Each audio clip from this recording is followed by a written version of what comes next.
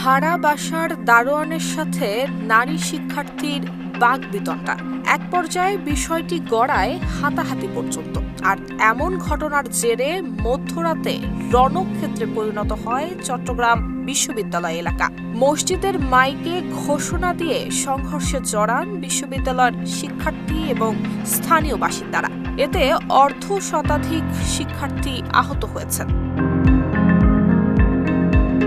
স্থানীয় এবং প্রত্যক্ষদর্শী শিক্ষার্থীদের সূত্রে জানা গেছে, বিশ্ববিদ্যালয়ের দর্শন বিভাগের 2024-25 শিক্ষাবর্ষের এক নারী শিক্ষার্থী 2 নম্বর গেটের কাছে বাজার সংলগ্ন একটি বাড়িতে ভাড়া থাকেন। তিনি রাত 11:30টার দিকে বাসায় ঢুকতে চাইলে দারোয়ানের সঙ্গে তার বাগবিতণ্ডা শুরু হয়।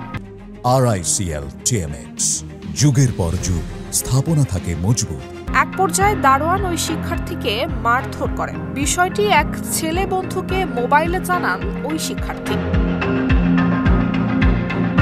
খবর পেয়ে কয়েকজন শিক্ষার্থী একত্রিত হয়ে ওই দারোয়ানকে ধরতে গেলে এলাকায় উত্তাপ ছড়িয়ে পড়ে।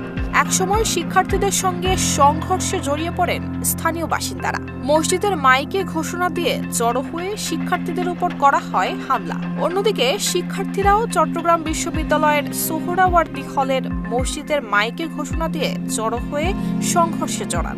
এতে অর্ধ শতাধিক শিক্ষার্থী আহতের ঘটনা ঘটেছে। এর মধ্যে প্রায় 20 জন শিক্ষার্থীকে চট্টগ্রাম মেডিকেল কলেজ হাসপাতালে পাঠানো হয়েছে। 30 আগস্ট দিবাগত রাত 1:30টায় বিশ্ববিদ্যালয়ের 2 নম্বর গেট এলাকায় এই সংঘর্ষের ঘটনা ঘটে।